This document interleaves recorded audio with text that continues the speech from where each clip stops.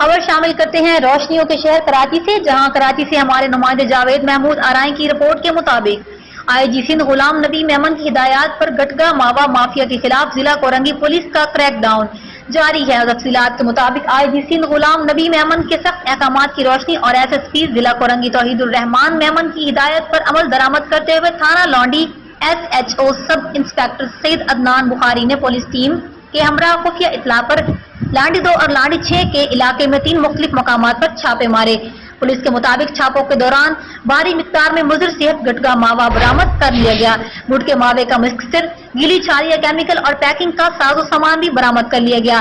Police के मुताबिक गुटके मावे का कारखाने चलाने वाली खवातीन मुल्ज़िमान को भी गिरफ्तार कर लिया गया।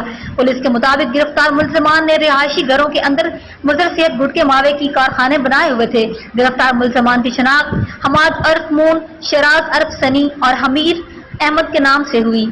गिरफ्तार मुल्ज़िमान के खिलाफ थाना लौंडी में मुकदमा दर्ज कर लिया गया।